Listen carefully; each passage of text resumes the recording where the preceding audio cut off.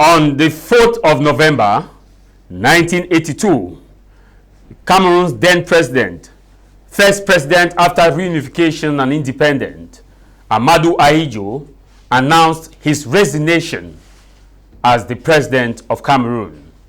He used the radio to announce his resignation, and according to Ahidjo, the reason for his resignation was due to health concern.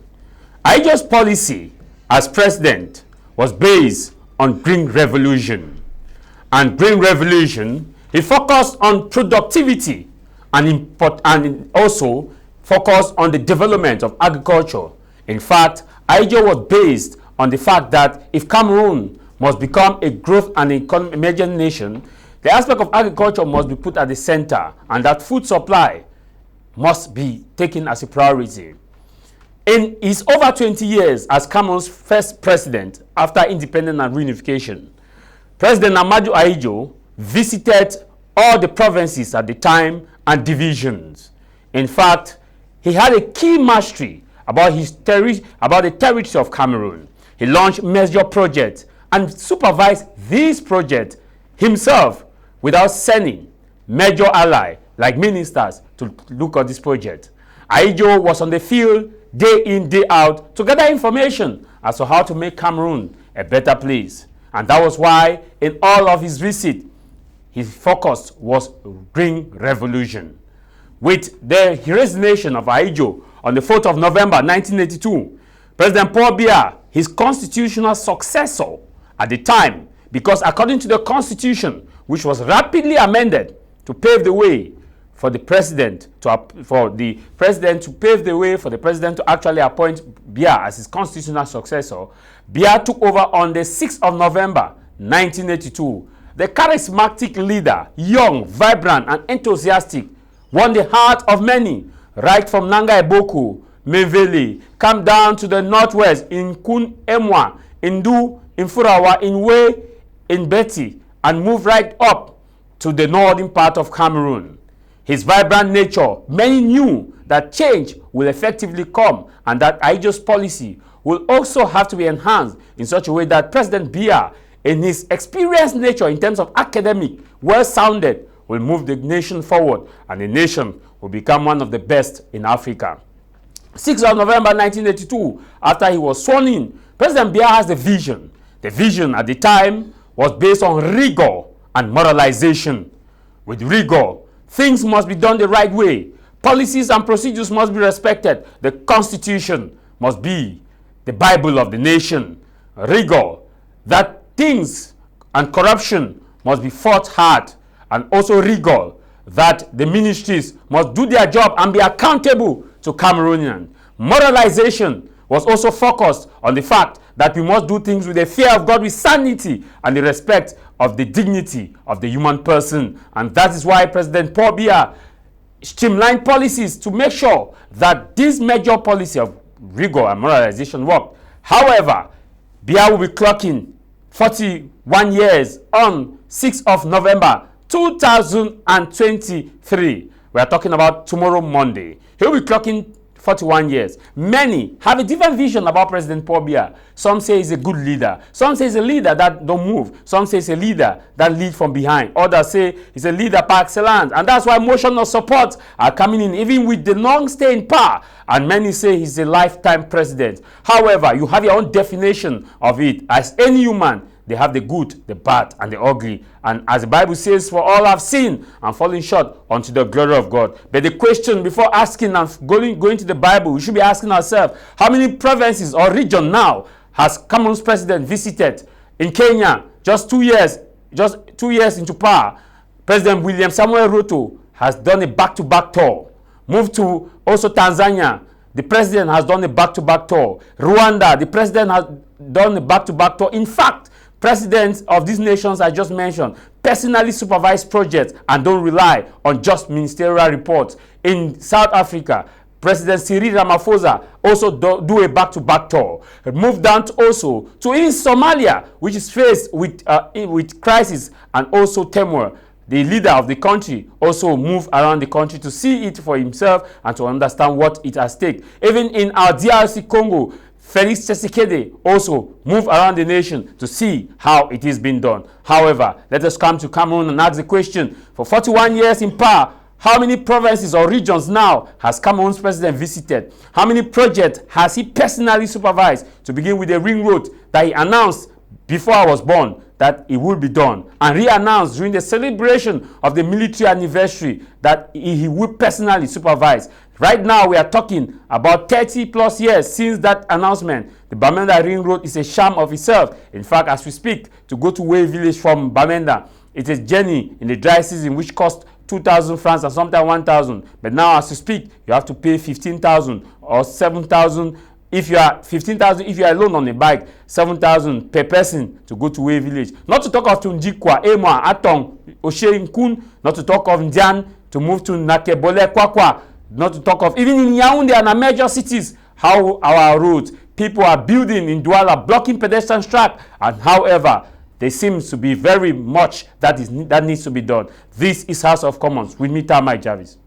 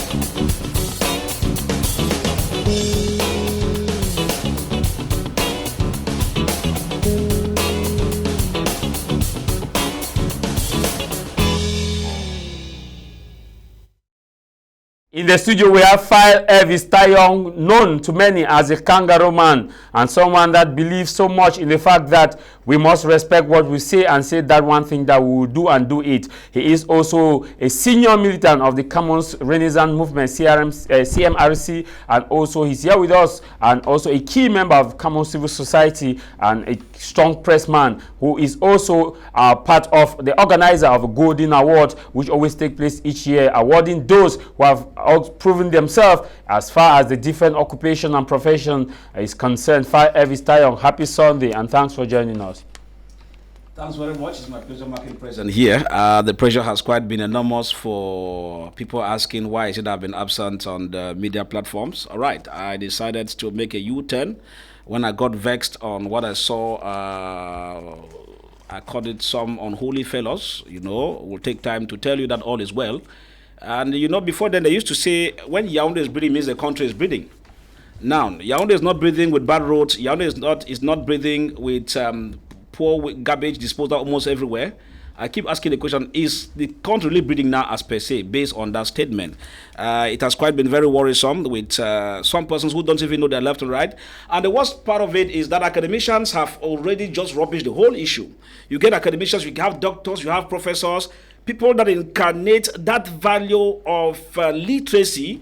They stoop so low to call white black, and you start asking yourself, where are we really heading to? But as you see, I'm just coming from Gunoko Village, greeting to the people of Gunoko Village, and the president-elect Professor Maurice Kamto, and all the members of the Cameroon Renaissance Movement who have been incarcerated in the different dungeons for no good reason, while hoodlums embezzled billions of CFA, and they are going scot-free. But then, coming from my village, the road has not been too good, and so getting to that topic, you will get more about that because it was quite hell living from Bamenda to Bengui and back to Gunoko and back precisely. And I was on a fact-finding mission, and I asked myself, how is it occurring that villages are at loggerheads because administrative authorities are at the center?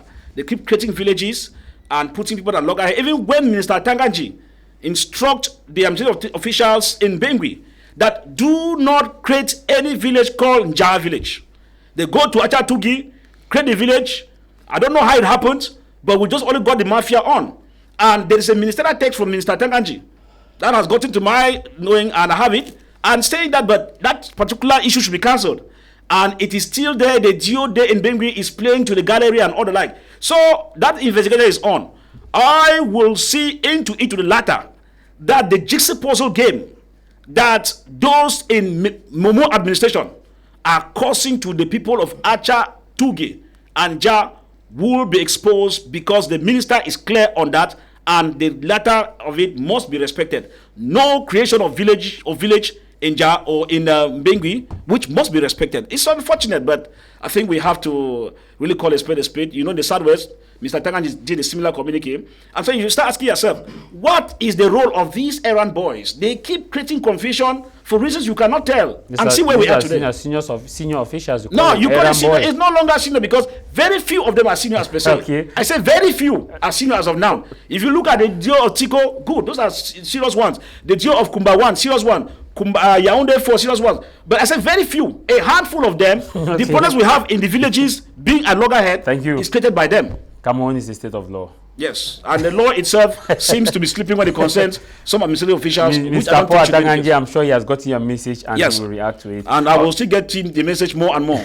Also in the studio, we are joined by a promoter of higher education and also someone who is a philanthropist, helps a lot of persons in terms of not just acquiring knowledge, but making sure that they are also helped at the level of economy and agriculture.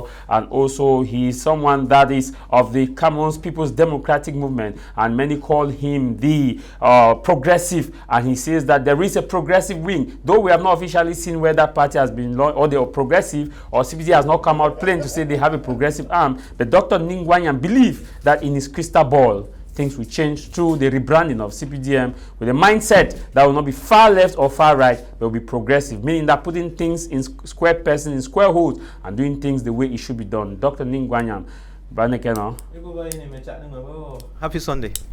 Thank you very much, and good afternoon once more, and thanks for taking your time to introduce me so elaborately with my progressive CPDM. And you rightly say that it's a mindset switch, and we really have to do that. And you're talking about 41 years of President Paul Biya being in power. Today, I'm happy that I'm on this platform because we are going to examine, we are going to apply the SWOT analysis to his management and to the system and to what is happening in Cameroon. The SWOT analysis, we are going to look at the strengths of the system, the weaknesses, the opportunities, and the threats in the system, and then to find out why is it that we have done well in some sectors, why is it that we failed in some sectors, what exactly can we do? Because if we don't understand those things, and we don't understand why we are not doing so good, then it doesn't matter whether you replace the CPDM with the MRC, with the SDF, or with senior Ashusa political party, nothing will change. Because if you look at Cameroon, if you look at all of Africa is in hell. A few countries are beginning to escape that hell, but all of Africa is in hell, and this hell was crafted from very far away. And you know, we are in this jar, and we are being manipulated from very far, and we are not aware of it. It is until we understand this manipulation from very far and know what is going on that we'll be able to change and able to move forward as Africa. Let me explain. So suppose you and I are here in Douala, and then we had some work to do in Yaoundé. But since we don't know the road, someone puts us on a road that is going to Bamenda. So for as long as we are walking on the road that is going to Bamenda, we will never get to our purpose. So most African countries were put on a road that is going to Bamenda instead of going to Yaoundé, and that has been the problem. So if you're President Paul Biya and your CPDM on the road to Bamenda instead of Yaoundé, you will not get it. If your MRC would come on the road to Bamenda, or SDF or whoever on the road to Bamenda instead of heading to Yaoundé, you will not get it. So there is a big problem there, and in the course of our discussion, I will show how that error was put in our system.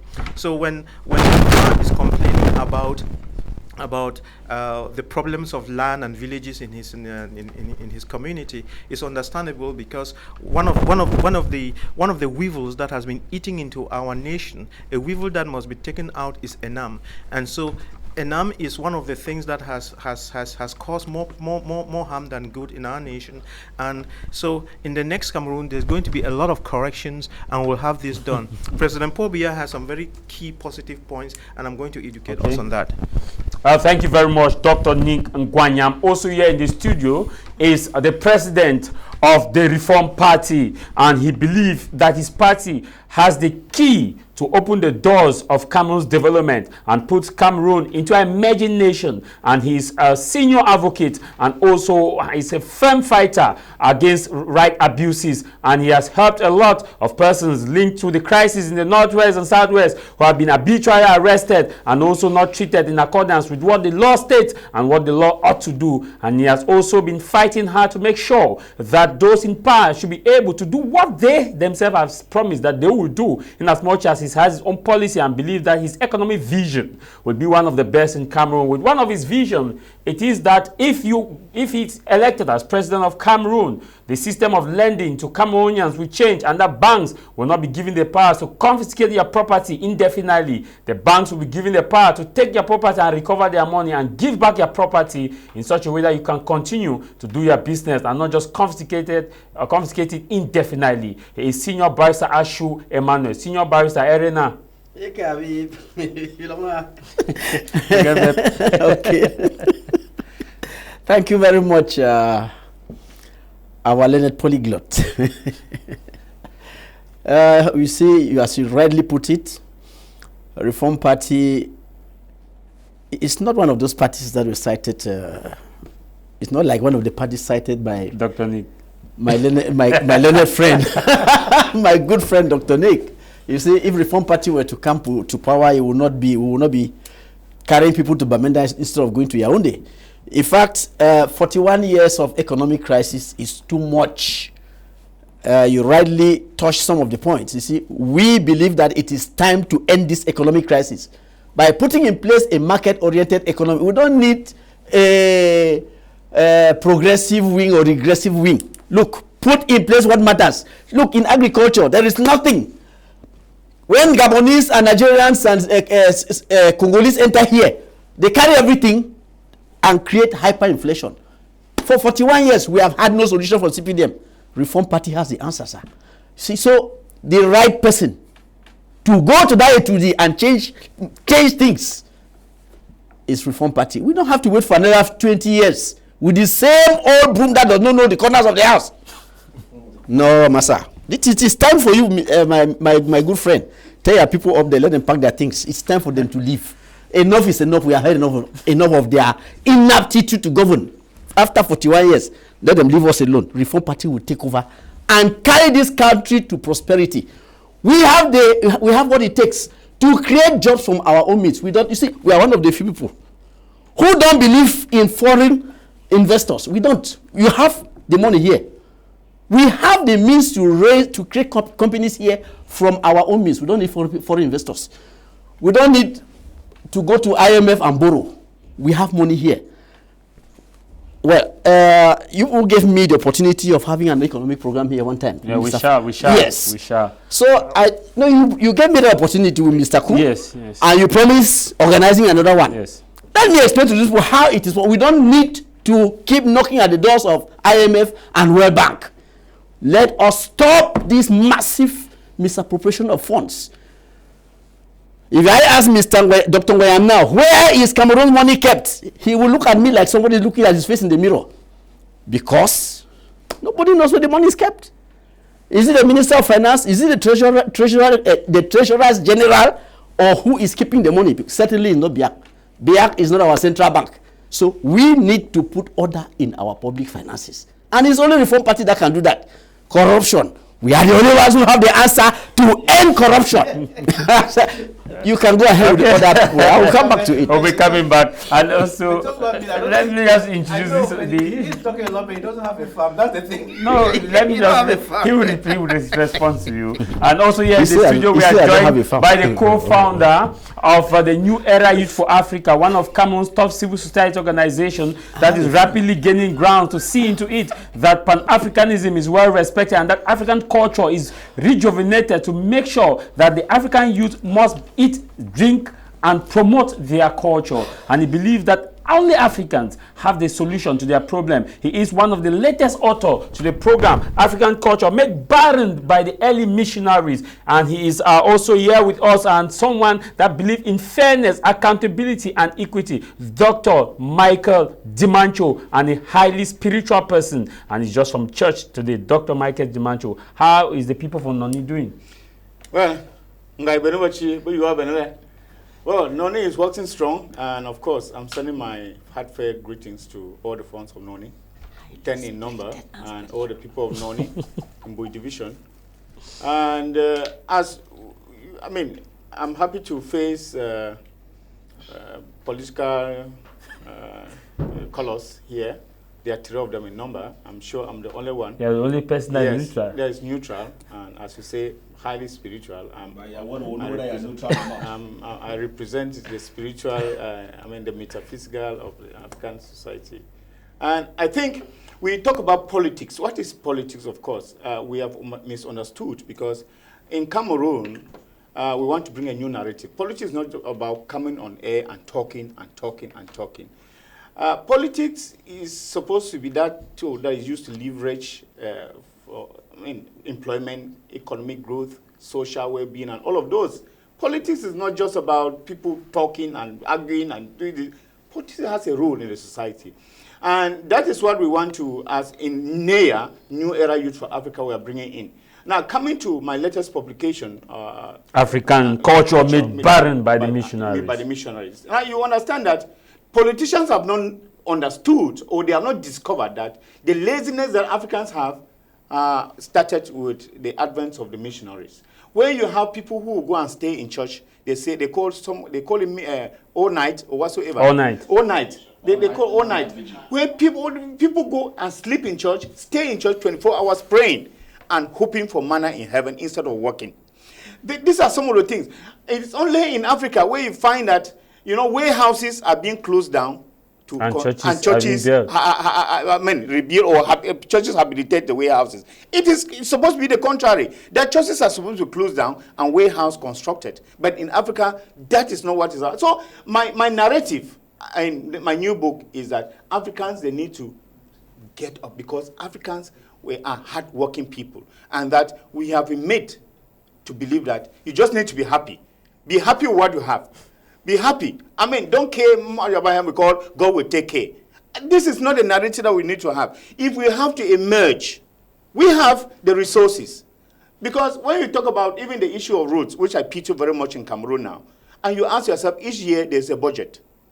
Budget in all the spheres, all the ministerial departments have budgets every year. But the question is, why is this budget not being used judiciously for what it was meant for? The same people who present budgets for health go out of Cameroon for health to Swiss for treatment and all of that. So politicians need to sit up straight. It's not about a ping pong game. You punch him in, and then you come to a platform and say, I did this man, I did him. I put this man on the seat. This is not what we want. Okay. In NEA, New Era Youth for Africa, we believe in transforming youth into role models. And in my latest book, I want to, it is a wake-up call to all the Africans to know that nobody, the missionaries didn't bring us Christianity. We were Christians even before the coming of the missionaries. Okay. And we should understand that the missionaries came with a mission. And what was that mission? That mission was an imperial mission. That they only came to pave a way for the colonial penetration of Africa. And of course, they have succeeded. They have really succeeded, because when you look at it today, look at all the towns in Cameroon. Where are churches? Let me take example of Catholic Church. Do you know that every Catholic church is situated at the very, very central point in every town? What is happening? What is happening is that when they came, they had to look for the judicious places. Good places to settle. And where did they resettle the people? The people went to the hinterlands. And going to the hinterland means that they were supposed to only be a workforce. Working in the plantation, feeding the Western industry and all of that. So Africans need to wake up. It is not by saying amen that you will gain what you need to gain. It is not by singing and praising God. God blesses everybody. This is the narrative. God blesses everybody. Even the highest sinner in the world is prosperous. The sun shines on everybody, on the sinner and the person who does good. Rain falls on every farm. And God does not discriminate, because in Africa we believe that God is love. And when you are love, you do not discriminate. And this is what Africa needs to actually emerge. And we are talking about emergence 2035. I don't know what language is that. Thank you very much. And there you now set us on the field by introducing to us the 2035. We have had great opportunity, great realization. We have had rigor, amoralization, and now we are also talking about the emergence vision 2035. For 41 years, Dr. Ning-Gwanyam, what balance sheet do we have? What are Biya's good moments? I want us to start with Biya's good moment. What have been his good moments? Oh, thank you very much. You know, nothing works without a vision. And the thing is, a lot of people have not understood President Paul Biya, not even his ministers. A lot of Cameroonians don't understand him. To be able to work with somebody and help him to succeed, you must understand the way he thinks, you must understand where he is leading everyone else to, and you must know what is important, which he did not say, and be able to tap into it. What I'm getting at is that to be able to understand President Paul Biya, or to be able to help him and work with him, you must be proactive in your mind. Because a moment ago, when you were talking about President Paul Biya, you know, you said that he leads from behind. He leads from behind. No, it's not many saying that he leads from behind. Actually, you know, in leadership, you can lead from the front or lead from the back. And therefore, as a follower, you always have to know whether your leader is leading from the front or from behind. And it has implications.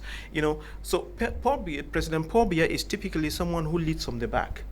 And someone who leads from the back is someone who gives everyone else an opportunity. That is, showcase yourself, show up and do the job. And take responsibility. And take responsibility. That is the word. Take responsibility. So he happens to, unfortunately, he chooses ministers and prime ministers and everybody and director generals and many other graduates from ENAM who like to take instructions, who don't want to use their brains to think. They want to take ownership. They want to. They are so afraid. I mean, they think that Paul Biya is some kind of a monster. You do something, he will hang you or something. I don't know. But when it comes to stealing money, they are not afraid. But when it comes to doing something that would help the population, that will help the nation, they intentionally refuse to do it and say they are waiting for instructions. But when it comes to stealing or taking projects only to their villages, they don't blink about that. So in reality, we are faced with a situation where you have a leader who is leading the nation forward, but leading from the back, and he puts his generals and everybody to the front, instead of them going to the front in the battle of development, in the battle of economic growth. They all run and stand behind him, and if at all they bring any proposals or anything to his table, it's all praise singing. It's not the truth, and they end up fighting each other so that nobody shows up. If you are bright and you think that you have a way that can help the nation, they squash you. That's why, you know, like all our people in the diaspora who could have changed the nation are blocked.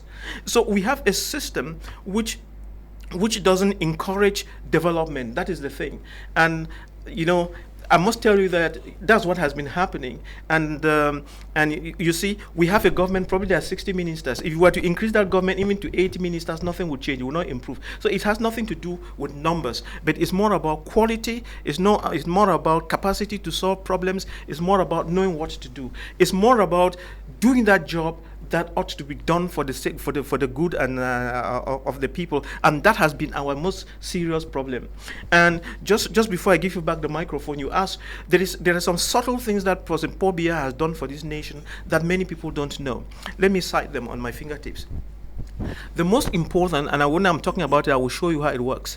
The most important is that President Paul Biya has not signed those articles with the French. You remember those renewed accords? Those accords of 1959 or 1958. If I'm making a mistake, correct me. But he has not signed them. But some African countries renewed them, but he has not. Why? Because he knows exactly what he was doing. He was running away from those accords starting in 1982 when he became president. He knew where he was going. He knew that our problem is with this weight on us, and he was trying to put that away. Yeah. And then, so he has done that for us.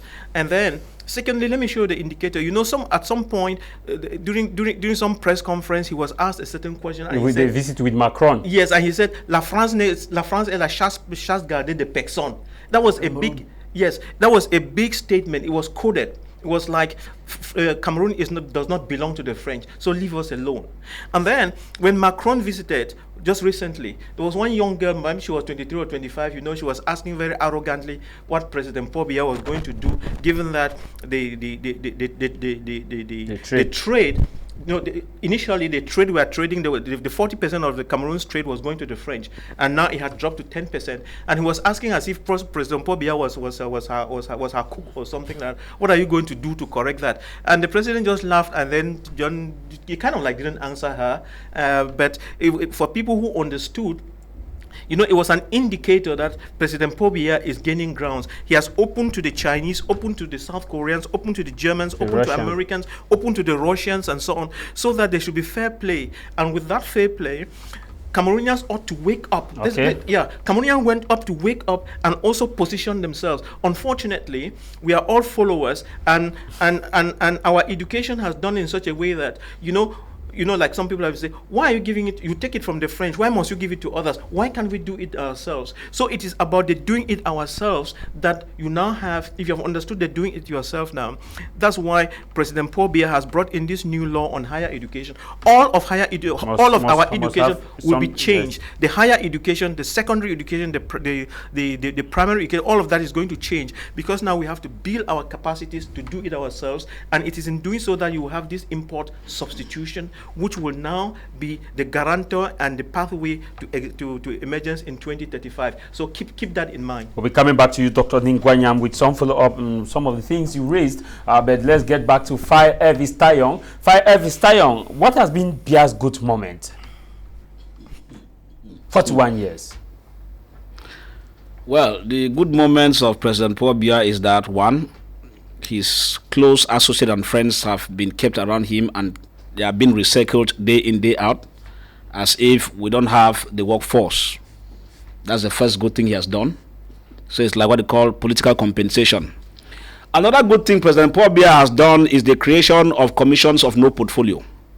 So the commissions are good. Bilingualism, commission this, commission that.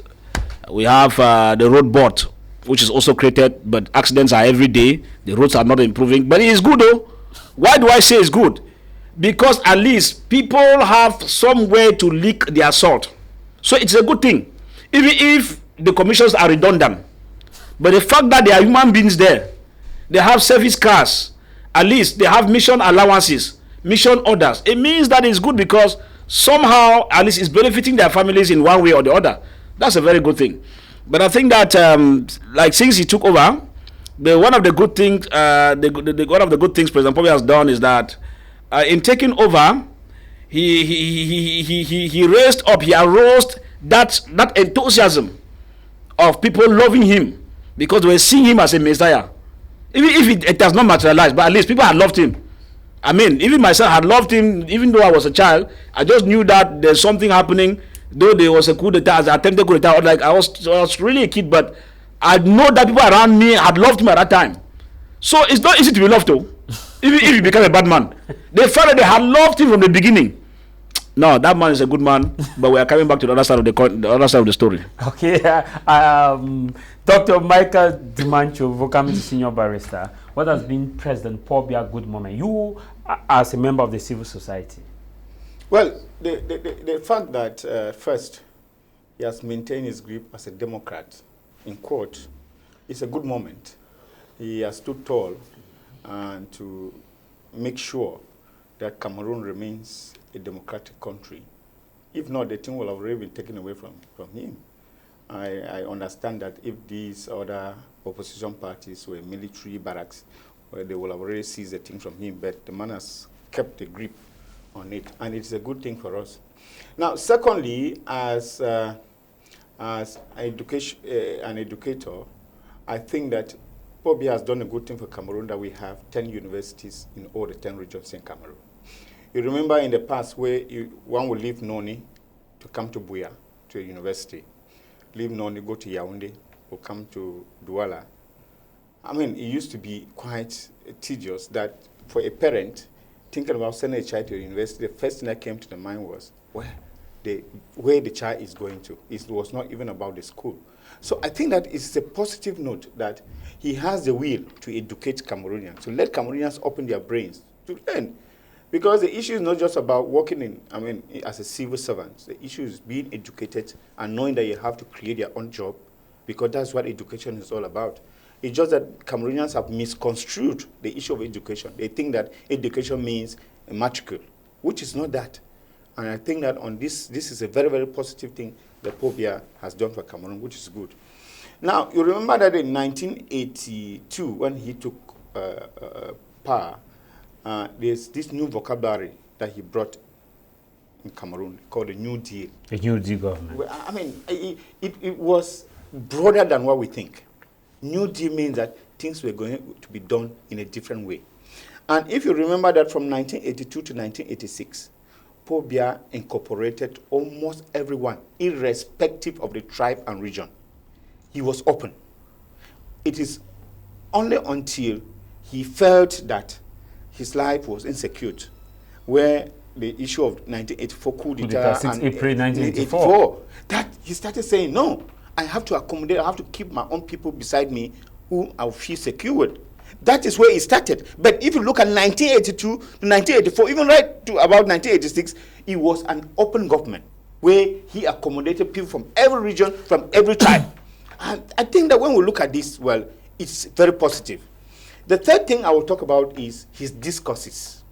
Paul Biya does very nice discourses. And sometimes I begin to ask myself whether things that are not taken, are not materialized, the discourses are not incarnated because the people who are responsible for doing those different things do not do their job, or what is happening. Because when you listen to the speeches of Paul Biya, you know that freedom is coming, development is coming, economic freedom, agriculture is here, If it does not technology is here. That shows what? In analysis, we look at the will. It means that there is a will to do something. To the level now, the problem now is that the level of those implementation. Who have Exactly. So you are buying Dr. Nick's idea. Exactly. No, that is a good idea that we have to talk about. Because if I talk about something, what is it? You know, the issue about talking, voicing out, shows that there is good intention. Because if there's no good intention, you will not voice out. It shows that he has something good for Cameroonians and that there is something blocking it. And that's why we need to ask what is really blocking it. That he will say something and then a different thing happens. You look at, let us come right up to 2012. In 2012, there was a beautiful speech on the 31st of December where Paul Biya said, the time of inertia is over. He talked about administrative bottlenecks. Bottlenecks and all of those. And that this is the time that Cameroon is going to be transformed. I mean, the man spoke and he asked the question that why is it that we are still where we are? Exactly. It means that he himself is baffled that we are still where we are. With all of those that we have the budgets, we have everything. Every year we would watch it. And Paul Biya himself is baffled. He is like feeling surprised that we are still where we are. 2013, he came back with another speech. Yes. And it was like a series of speeches. And he came to, it shows that this is somebody with a will. And you remember there was a time he was talking about Usong Lepreuve, where there was embezzlement and all of that. Towards 1995 and all that, he started saying that the proofs are there. And what did he start to do? He started getting people who have embezzled. But even though many school of thought are still thinking that putting people in prison is not the right thing. But what else can you do? It is wrong to kill. It's not like other country where you go to find squat when you embezzle. But I think that the issue of actually getting someone who has embezzled, put him in prison, it is something that is supposed to act as a deterrent for other people, even though it's still encouraging other people to steal, to embezzle, and all of that. So I think, in a nutshell, these are the three good moments or good things I would think about Paul Biya. I look at somebody who has good faith, but the faith that was actually aborted, desecrated, and blocked by whoever. I'm sure that this will be our topic. Dr. Michael Dimancho, which means you are concluding that President Paul Biya is like Paul, which is the things I want to do, I find myself not doing.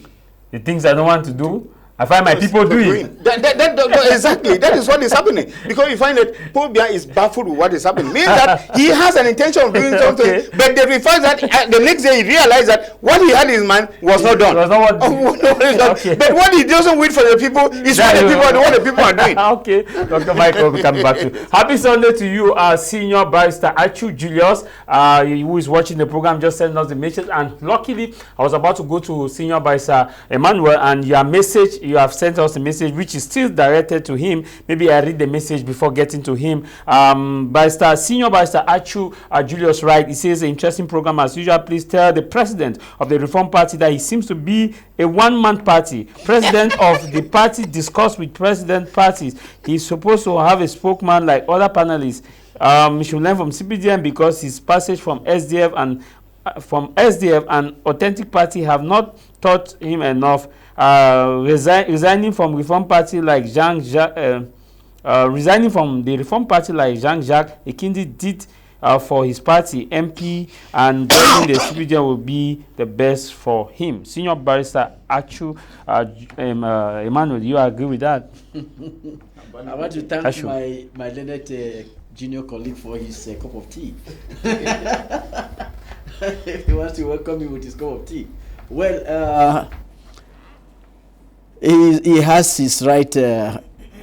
He is free to have his own opinion. If you want me to send communicants, I will send. I don't like communicants. There are some of them who already appear on your yes, of course, we have had some. There are some who they appear here without even knowing that they are Reform Party people. But just to let the cat out of the bag, I personally begged Senior Barrister Ahidjo to be here because there were some things that I needed him to actually explain to the people. So I personally solicited. It's not that he could not send some people. So let's not dwell much time on this. And you said you were inviting the national president. Yeah, national president. That is why you can see I am wearing Reform Party. Yes, I said I want the. I am not coming here today like it's written Reform Party.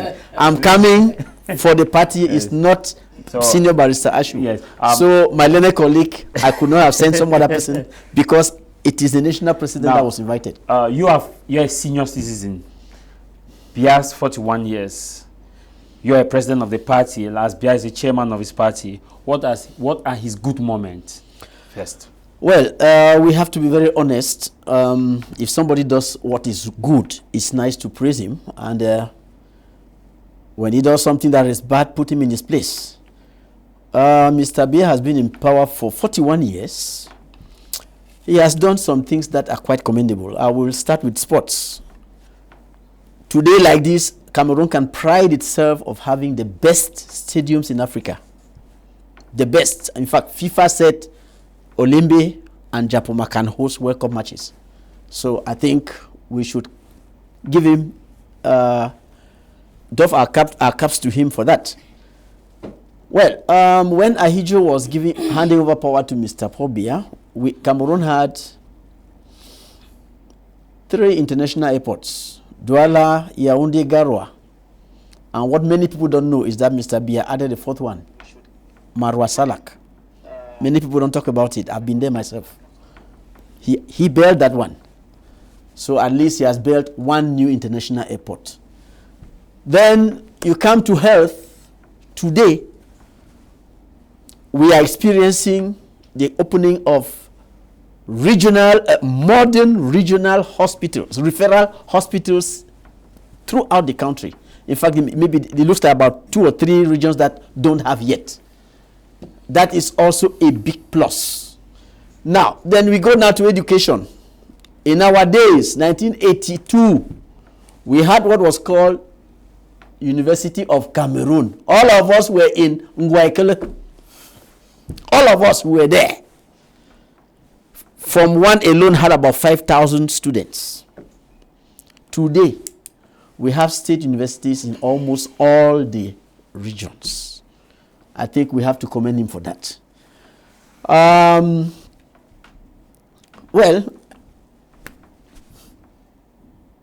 I think you can also go to the roads, the hydroelectricity. Well, Ahidjo was living. There was Edea, there was Sonlulu, and I think Lagdo. There was also the Yoke Dam. Yoke? Yes. When Ahidjo was leaving, there was also Yoke. No, Yoke had been shut down. Before Ahidjo left. It had been shut down. It was there. It has been shut down. It is not bad. They just disconnected it. There was, the operational dams. There was Edea, Sonlulu, Lagdo. Okay. But today we have a whole chain of dams, even if they are not producing us enough electricity.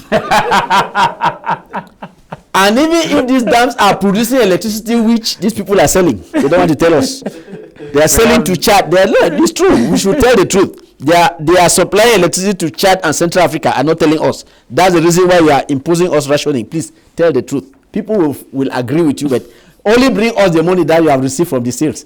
That will solve the problem. See, today we have Lompanga, Nakchigal, all that. They are all lined up. But you see, when we shall come to the negative points, we shall re-examine the dams. But you can see that at least he has built those dams. Let us go now to the seaports.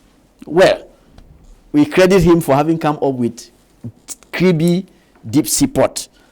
Well, Limbe, he has only created on paper. We have not yet seen the deep seaport. Okay. I think so far so good. On the economic side,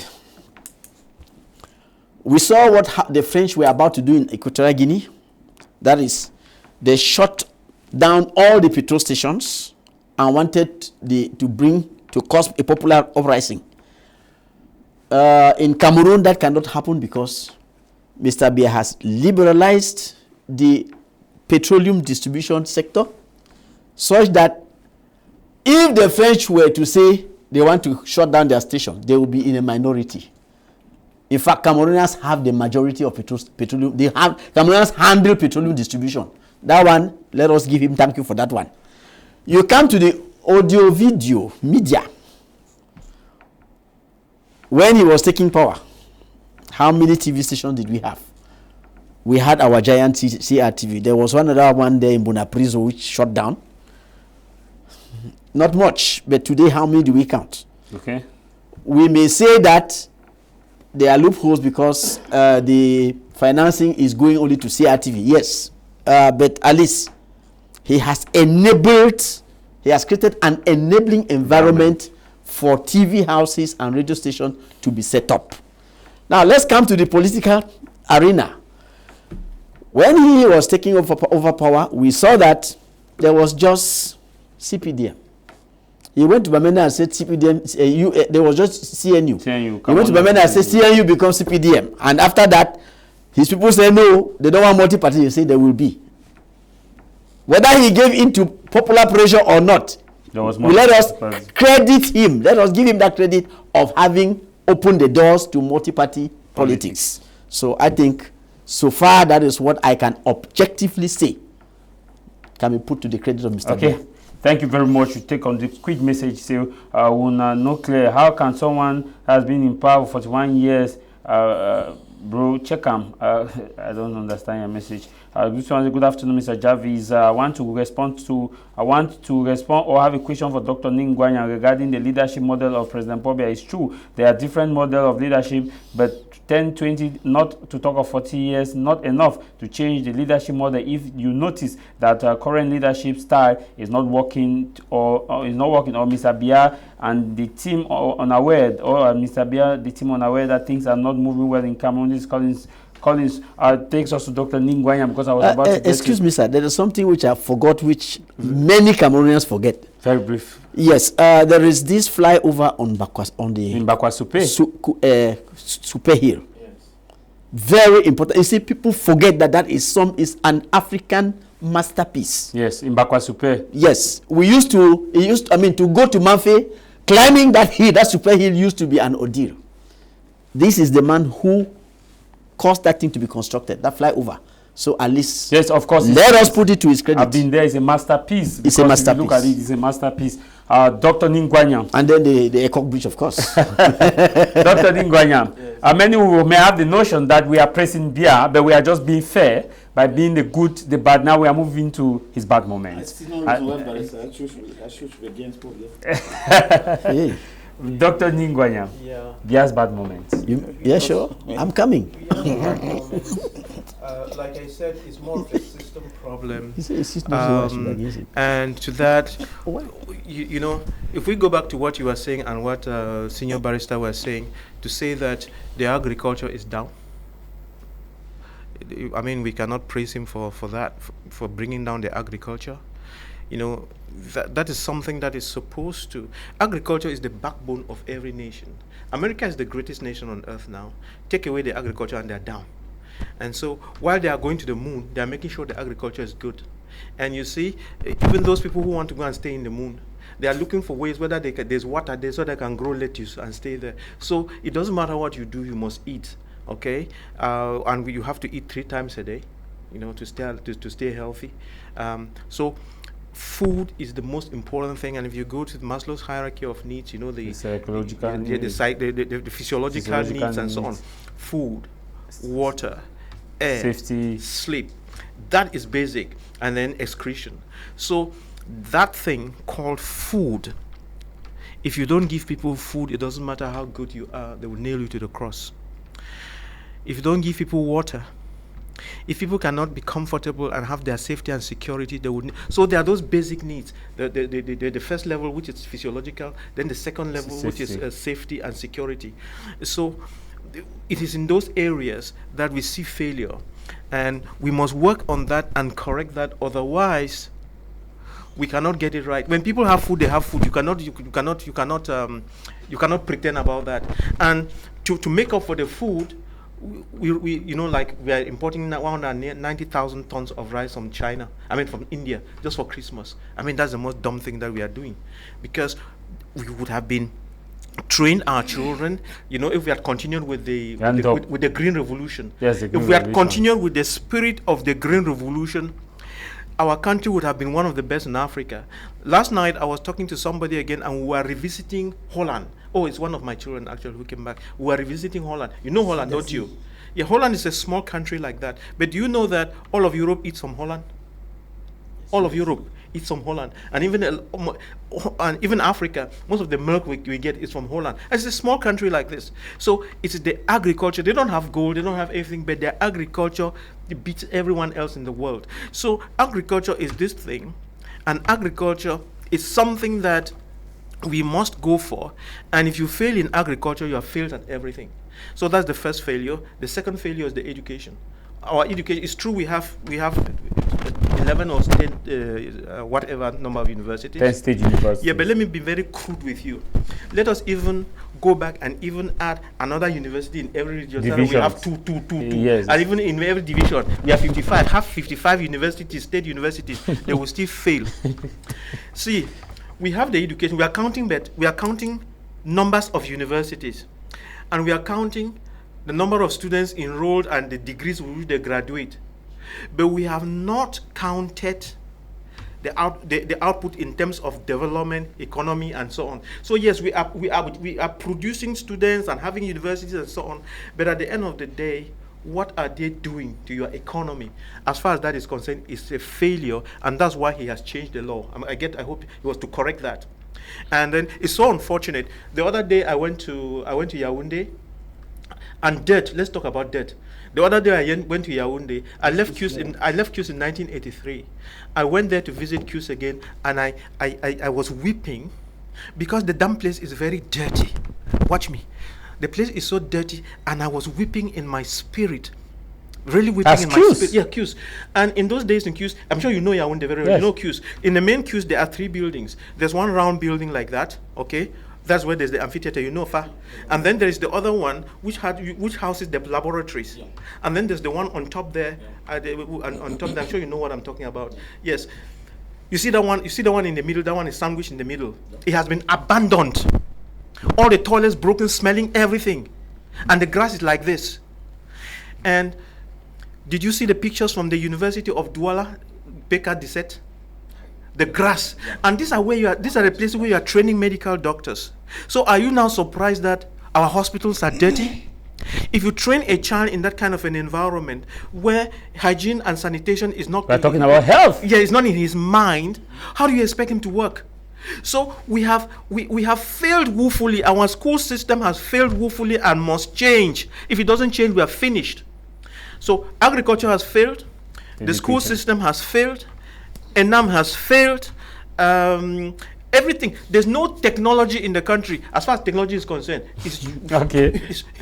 We have no technology. I mean, I just want to say this and let's be clean about it, because if we don't correct it, the danger is that the Chinese would take over our nation. Okay, fine. Evis Tayong, what are the bad moments?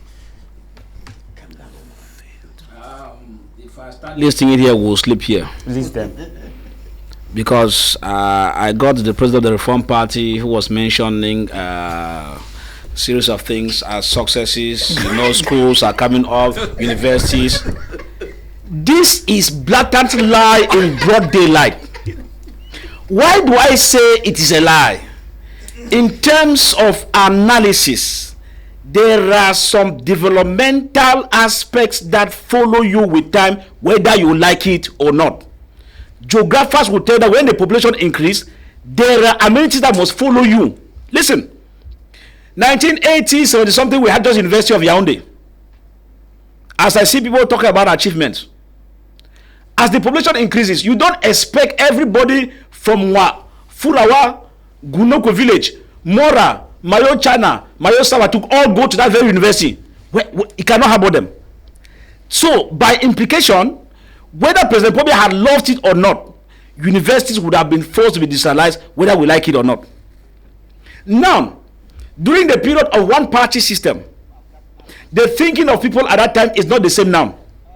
Whether you like it or not, political parties would have been formed. I'm saying this is a natural phenomenon in terms of sociology and anthropology. People will know what I'm talking about. And so for us to have to say that because there was one party and now we have many party, na lie, fat lie, thick one so. Because as people are reasoning, what is happening? The government in power will now be able to put in place mechanisms that will avoid explosion. And what will be it?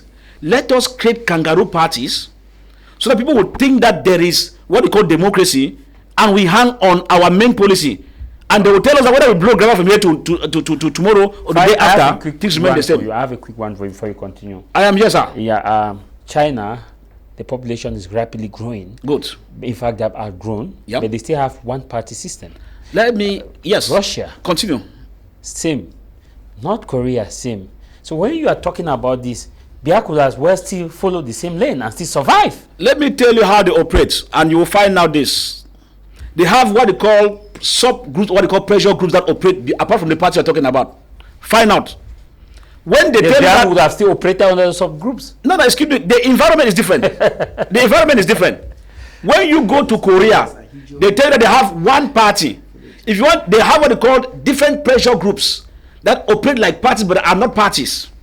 And this pressure group have different ideologies that they are put on table. They channel them towards that particular ideology. Find out. Somebody will tell you in America there are only two main political parties. People have forgotten that in that very America you have more than 30 others, but just that they are not renowned, but they have a way of operating that they give you the Democrat and Republican. You know what I'm talking about. So at the end of it, people formulate these models of parties depending on where they are. But the semblance of whether democracy is there or not has to be judged in terms of the action. Multipartism was introduced in the country. It was not because President Pobe loved multipartism. The pressure and the fear of a coup d'etat or the fear of the unknown had to push them to the wall and to make them allow the semblance of multipartism. But while they were putting it, they still had a grip on controlling the activities of those parties that cannot blossom above the way they are thinking. And that explains why we have pro-CPDM opposition parties. There are many. And why? They will come, most of them will be formed during presidential elections. And they will just tell you, well, just stay here as opposition. But you know the game at the background. Cameroonians know what I'm talking about too. I'm sure we are not from Singapore here or from Guatemala. All of us know this. So at the end of it, We'll talk about hospitals.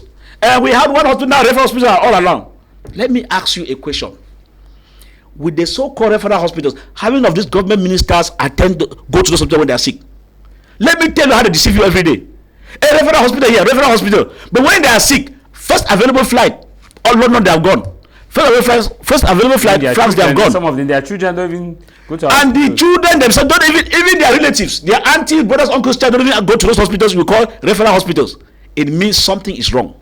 That's why when President Paul Kagame came onto power, first thing he did was that he cancelled the travel of ministers abroad for medical attention, including the Minister of Health. He said, if you think that these things are good, go there for medical attention. Now we have kangaroo referral hospitals everywhere. Doctors of doubtful quality. Do you know how many people have died in the hospital because of what we call medical negligence? I have some of the examples I'm talking about here. That somebody has stomach issues. You go to the hospital, they tell you, they start giving you medicine on your liver, you have inflammation in your liver, this and that. Only to realize that the drugs they gave you later on damaged the kidney. Another person the other day, the child died in stomach for more than 5 days and was attending clinic. What are you telling us here? If I tell you of people who have died out of medical negligence, how many of us now prefer to go to India for treatment? Where is India today? A country started yesterday, developing. Today, anything that has to do with complicated organs of the body, people are flying themselves to India. What are the referral hospitals doing? You say how many referral hospitals now? A man has complications on heart, kidney, heart surgery, they need heart surgery. They are going to India. India, this India of yesterday, that we have been assisting them. No, we should be serious. Those referral hospitals are not hospitals. Those are clinics. Those are clinics. I will call those hospitals the day I hear that the Minister of Public Health was sick and hospitalized in one of those hospitals. As long as they don't go to those hospitals, those are roadside clinics in the name of referral hospitals. Don't deceive us. So at the end of this, let me tell you that everything has fallen. As I speak now, anything progressive or anything that CPD is attached, I repeat, anything that is attached to CPDM. Are you directing a message to Dr. Anything that is attached to CPDM, whether it's progressive, democratic CPDM, or reform CPDM, or whatever, so long as CPDM is attached, it fails on arrival. Because that is how they will use slogans and deceive you people. You will discover that you are drinking the same old wine in an old wine skin, and they tell you no, that new thing, na lie. A man who is serious will tell you that CPDM failed on arrival, and that's why I say anything connected to it. If you just identify yourself, you too are a failure.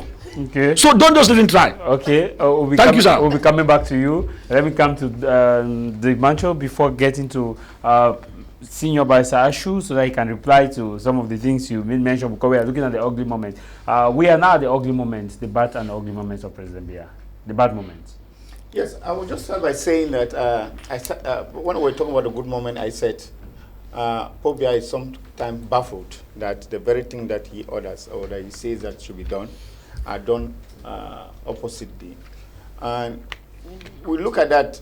When you judge him from that perspective, you see that he's not a good leader, because a good leader is a person who gives orders and follows and assures that things are done.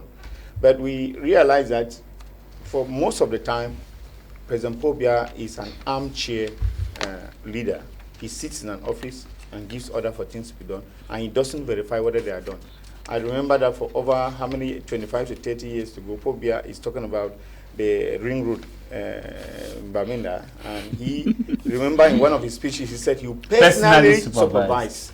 And how many years today? Before I was even born, Exactly. How many years today the ring road is still looking at us? And it appears as if sometimes in politics there's no shame. I should be asking the politicians here that there is no shame when you make some pronouncements. That's why Dr. Nick is talking about the progressive. Exactly. I did mention the issue of even universities. It will be interesting for you to know that here at the University of Douala there is a campus called Poulailler. Yes, a campus called Poulailler at University of Douala. What they call campus, what we call campus 2 is called Poulailler. No, yes, the one here. After I said there's campus 2 down. Oh, okay, it's Poulailler. The official name is Poulailler. Must be very dirty. It's a terrible. It's an eyesore. So it is not just about granting universities. It is about equipping them. You will not, and I will realize that these universities are given for political motives. But they have directors now, chancellors. What are they doing? That is a question that we have. And the directors and the deans are also politically appointed to serve the king. That is why they cannot do anything. Now, you bring me to the issue that is happening in Cameroon now. You see, there is somebody who is blocking development in Cameroon today, and it's President Paul Biya. Why? Because people are afraid to take up their responsibilities because they think, if I do this, what will the president say of me? It means somebody is sitting somewhere and others who have responsibility to carry out, and they are afraid to carry their responsibility because they are afraid of somebody who's just sitting over there. It means that you want to do something and you have to have big permission from that person sitting there. That is why granting an interview, you must put the photo of the president behind you so that the president and the clique sees that you are actually with him. You are not talking here. Exactly. You are not talking in your own accord. You are talking the words of the president. Meaning that when you carry a responsibility yourself, what you were supposed to do as a servant, you must say it is from the high instruction of the president of the republic. It does not make any sense.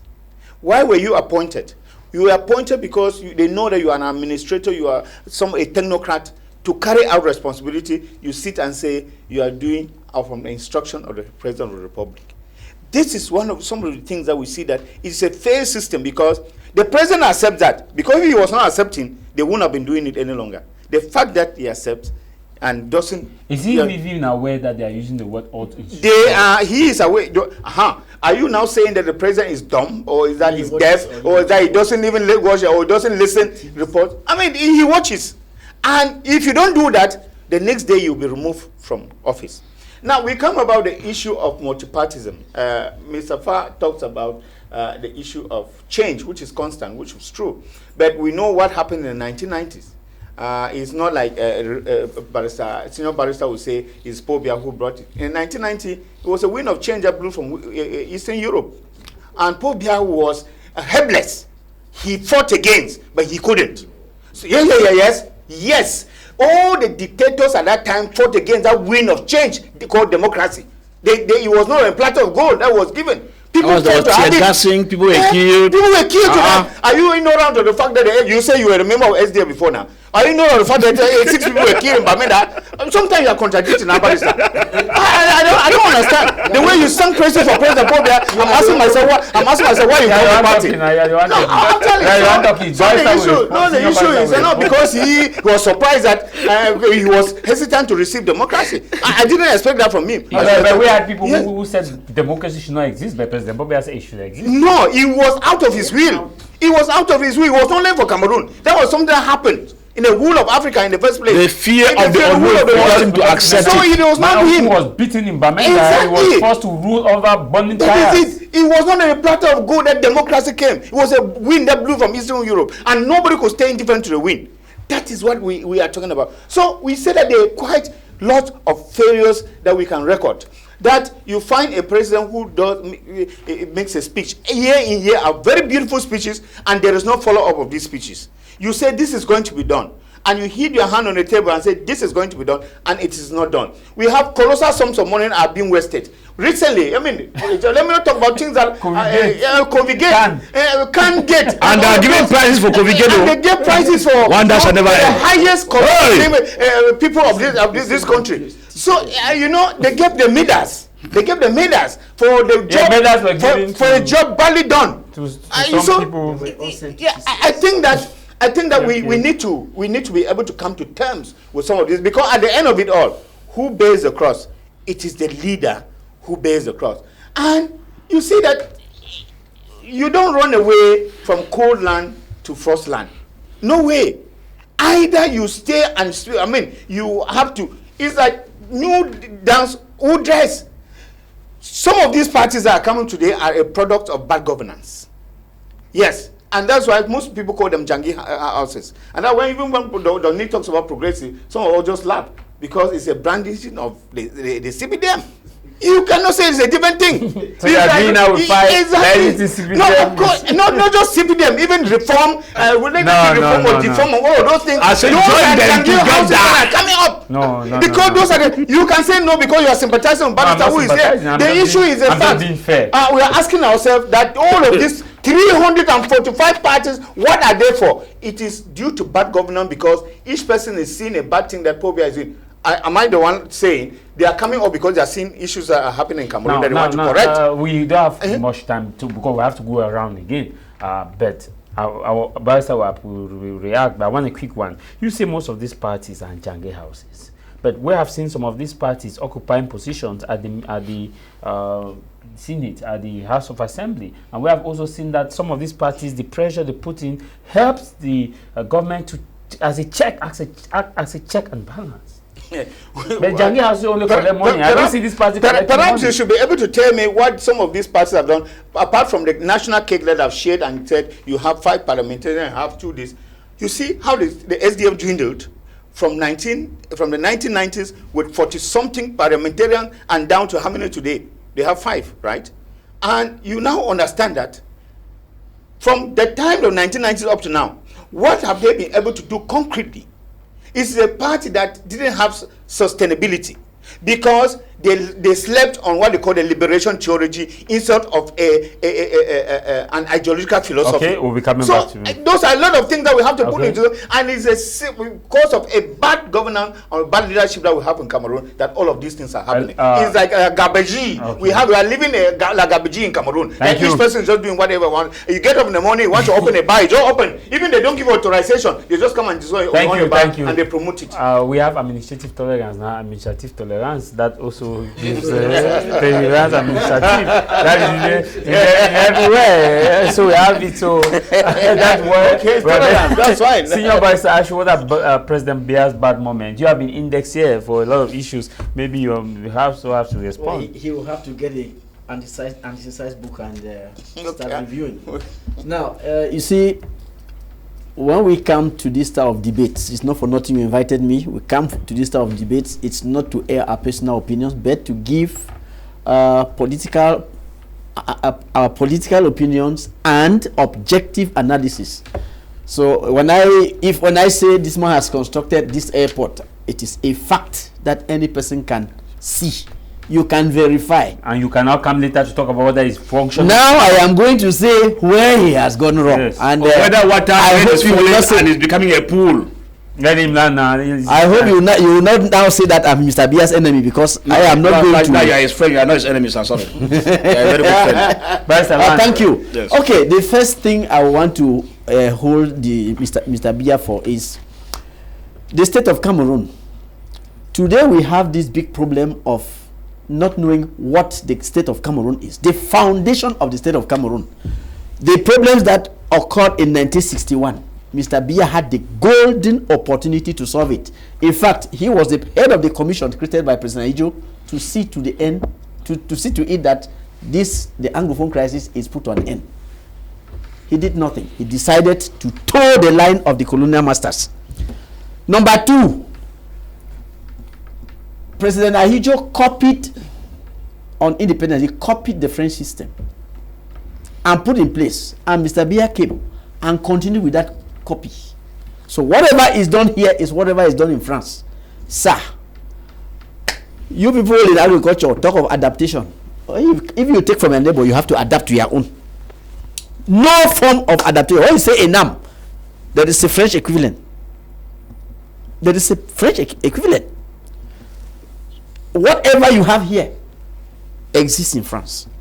It cannot work, and that is why we are in serious trouble, because France is not Cameroon. Cameroon is a country that was created by 2 states. You cannot apply the French model to that type of community. They were lazy. They didn't want to sit down and come up with a Cameroon model, and that has landed us into a civil war. So I say this is a big failure, because that civil service, which is a thank you board, where they carry each time a minister is appointed, all the members of family friends are given positions in the ministry. the organized parties, the dance. It's a thank you board. It cannot work. It's a big mountain of corruption. The whole system, you want this country to work, that entire edifice has to be dismantled. Now, Mr. Biya's government and Cameroon have been working on contradictions. When you take the constitution, Cameroon is a unitary, decentralized state. By Juya and by culture. The structures of the state are the councils and the regions. Nowhere inside that constitution do you see any mention of a ministry being a structure of the state. If I'm wrong, correct me. So, you see this confusion. What is being practiced is unconstitutional. What is constitutional is not being practiced. On the field now, you have administrative cacophony. You have a mayor, you have a DO exercising the same or similar functions. And you now have city mayors. No, the mayor and the DO, they're exercising similar functions. Then one claims to be the boss of the other. Then the mayor is from a different ministry. It's under a different ministry. The DO is under a different ministry. Wonderful. Territorial administration. How do you live in that type of society? You now go to the level of the regional houses. It's even worse there. Because you have the president of the regional house who is supposed to be the boss of the region. You have the governor who is the boss of. So you have officially two captains on the ship. No, look, this is a crazy system that has to be dismantled. It cannot work. It cannot work. So I say that, look, the whole edifice has to be brought down. And when you look at the Reform Party manifesto, it's clear. We are proposing a very simple structure that is adapted to Cameroon. We don't need 70 ministers. We need just 9 ministers, 1 prime minister, all of them at the presidency, at the level of every governor, every council, and a group of villages. You have a Department of State corresponding to every minister. You don't, I mean, all those are civil servants. Post them to all those departments and see whether things will not work. That is our own simple solution. You see, so I say that let us start by holding the thing where it hurts most, the administrative structure. It is a failure. We have to overhaul it. Then you come now, the government structure. They say Cameroon is a presidentialist state. You have the presidency, you have... Now, if you look at it closely, it is presidentialist, it is a parliamentary democracy. What is Cameroon really in legal terms? After an election, the prime minister is supposed to form a government. When was the last election? How many years ago? Has a government been formed? Today. Has a government been formed? Look at that. You see? That is the parliamentary democracy aspect. Look at it. They say a state has 3 organs. In Cameroon, how many organs has the state? You have the executive, the legislative. What is the judiciary? It is called judicial authority. It is under the boots of the executive. That's why I have the higher judicial council. Higher judicial council is part of the executive, sir. You see, it doesn't work. I said the system is not workable. The whole thing has to be dismantled. A state must have 3 organs. So please liberate the judicial organ, which has been made a subset, an authority. You have to liberate it. Now, in this setup, there can be no checks and balances. No checks and balances because the magistrate who is appointed by the president cannot say no to any minister. If he can, tell me. The minister, the parliamentarian who you have elected, does he have a voice? If a minister takes his phone, that's all. You say parliamentary commission, who will respect what? No way. So that whole edifice has to be dismantled. When you go inside parliament, look at the bylaws. A member of the opposition cannot table any bill. No, please. You have to be serious. If you want parliamentary democracy, put in place the rules of parliamentary democracy. So I am saying that the functioning of the state, it doesn't go. before we go accusing people like my good friend here was doing, let us look at how the system is working. It is not workable. Now, what has this setup produced? What has Mr. BIYA been able to do with this setup? Transport. Somebody came up with a video last week on Yaoundé that if there are 3 million people in Yaoundé, there are 3 million potholes inside the city. It is on Facebook. And it is true. Look at the roads of Yaoundé. Come to Douala. Well, he praised Douala, but Douala is not as good as he's talking, because in Douala too, it's the same thing. When they are making a road, why can't they make good roads at once? Look at a big city like Douala. You start a double carriage road, quadruple carriage road from village. You are coming down. When you reach Bonaberi, it becomes one single road. How do you explain that? From 4 roads to 1, and then you cry that there is traffic jam. No, look, we have to be serious. And traders have also come and we have to be serious. The road. There are no markets. The city mayor says he wants to open up places. He breaks some houses and leaves some. Like you are saying, the places where traders come and, well, officially it is the council. Let me take the Grand market in Douala here. The council created a market on the road and installed this market women on the road. So when you are passing, they are selling their pepper and selling their crayfish because they pay to the council. That is disorder. You see, they have to be serious. A place where you are supposed to put a flyover, they put a roundabout like a ride. No, I mean these people have to be serious. You see, you cannot manage a country that way. Now let us go. Oh well, let us look at the where we transport. Let's go to the sea. Everybody knows that Limbe Deep Sea Port is the biggest natural harbor in Africa.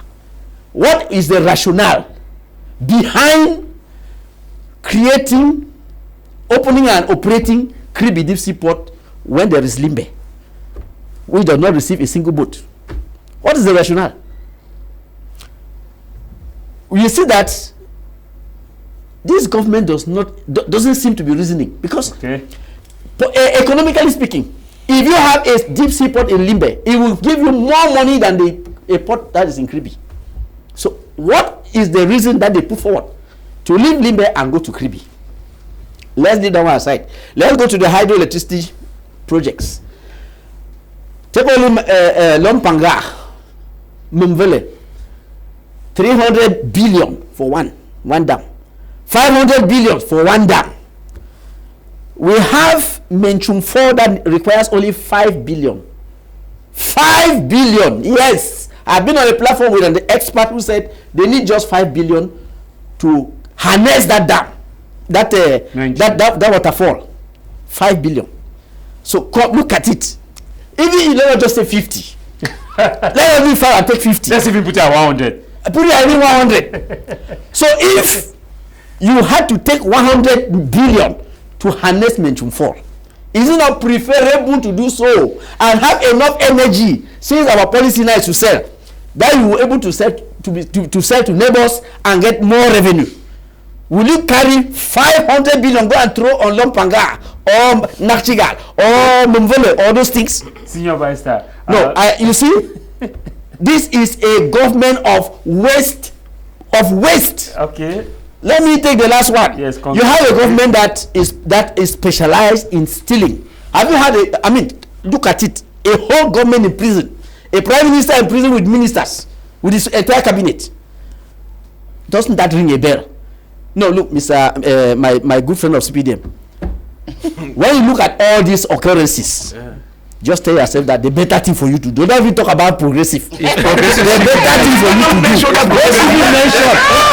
Progressive is dead and buried. No. It was very long time ago. The better thing for people to do. Just pack your things and go. Okay. Let us rebuild our country. Dr. Nick, we are almost out of time. What is the way forward? Just a few minutes. Thank you very much. We are out of time, and I'm glad that Senior Barrister knows that the progressive CPDM is what will solve the problem. And the progressive CPDM is a mindset mindset change. And I said that when the progressive CPDM sets foot in the house, only 4 parties will be left in the country, because he's talking like he will disappear anyway. I mean, his party. There will only be the progressive CPDM, a broken MRC, as I see, a bleeding SDF, and then others. Now, that said, the solution to the problems of Cameroon, including the Anglophone problem and whatever, is the Confederation that I've been singing all this while. It is the Confederation that will solve our problems, and you know, the Reform Party is very happy about it, because I mean, when they hear Confederation, they're very elated. Now, so the Confederation would solve the problem. The Anglophone problem will be solved, and many other problems will be solved. Our agriculture will be corrected. Our educational system will be corrected. There will be structures in the country that must disappear, starting with ENAM, NASLA, Bilingualism Commission, and a couple of those things that cause a lot of disturbance without being productive. So it's about efficiency, it's about good leadership and good management, proactivity. It's about solving problems before they hatch. You know, it's about just being proactive, and the best word for it is progressive, in the sense that we have to be thinking out of the box. We have to network. We have to work in teams. We have to give people who the chance, people who know how to solve problems, the chance to come on board and solve the problems. All the diaspora will come back and build a nation. And I'm telling you, Cameroonians have to take over the economy, because as of now, the economy of Cameroon is in the hands of foreigners. We have to switch things around, and the economy of Cameroon has to be put in the hands of Cameroonians, being led by our diaspora. The diaspora will have double nationalities or permanent residence permits. We have to restructure everything, honestly. I told you that Cameroon as of now is on the way to Bamenda, but if that's, you are leaving Douala to Bamenda, but we have to redirect it and put everybody from from Douala to Yaoundé. We have to change the whole structure, and the progressive CPD is going to bring you solace. Fire Elvis Tayon, way forward. We have just few minutes to go. Do you agree with the progressive? You people should listen very well. We don't have any other two way forward. One, all this grammar I hear, we are just blowing hot air. This is hot grammar from Dr. Nick. It's hot grammar that is taking a different direction. It's not even going to Bamenda. It's going back to Ngolomunduka. That grammar has expired. The only way forward is that anybody in A2D, pack your bags and go. There anything concerning CPDM, whether progressive, retrogressive, mandestive, which one, just go. Philosophical. I mean, disappear. That's where I now tie with my Reform Party. We need new impetus into the machinery of this country. Hey, I say anything CPDM. If you just dream CPDM, be a progressive. Nightmare has come. Because we are suffering here because of all the grammar that telling us here. Way forward, I repeat, Cameroons hear very well, Cameroonians. Yaoundé, hear very well.